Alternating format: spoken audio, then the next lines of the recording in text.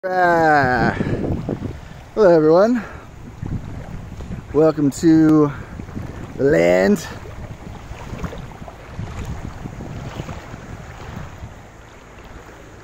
That's the house, and this is the creek. That's a little high at the moment. We'll see how far out I can go safely, semi-safely. So if I had to guess, I would say, I don't know, 2.5 feet of water. There it is in my shorts.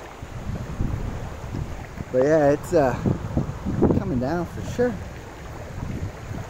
Yeah, and this whole area is just one giant creek at the moment. I need my canoe. That's what I need. Anyways, this water's nasty because it's all the runoff from the upstream guys.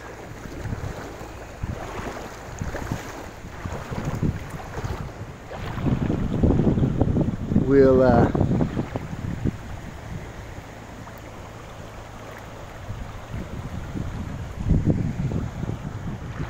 have to get a canoe out here eventually. It'd be hilarious. So there's definitely some fish in this water. I've been putting out the trap, which you can see on that green rope right there. That's all messed up because of the water flow. But we've pulled up some bluegill and a bunch of crawfish. It's a crawfish trap, so that makes sense. But yeah, what's interesting is this part, obviously proving that my neighboring property is definitely also in a flood zone, as you can see. It got just a little bit higher than this last Monday. This is the ditch that is currently reverse flowing. That's funny. So yeah, this is all just kind of one big little stream here. There you go. Looks like some gnarly ants. Let's see if I can't mess with them.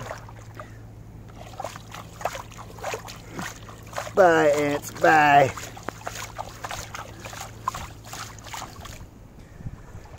Yeah, I'm not a big fan of fire ants, so we'll kill them when we can. But yeah, that's the creek.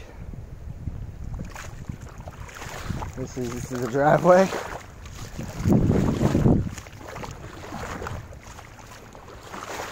And yeah, good times.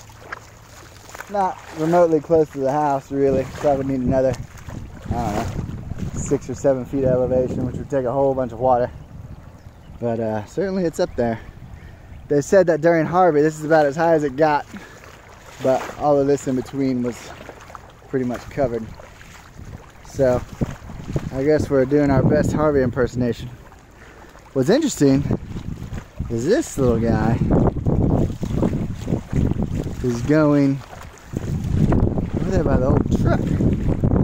So that's fascinating. Yeah, anyways, my phone's probably gonna break doing this, so signing off.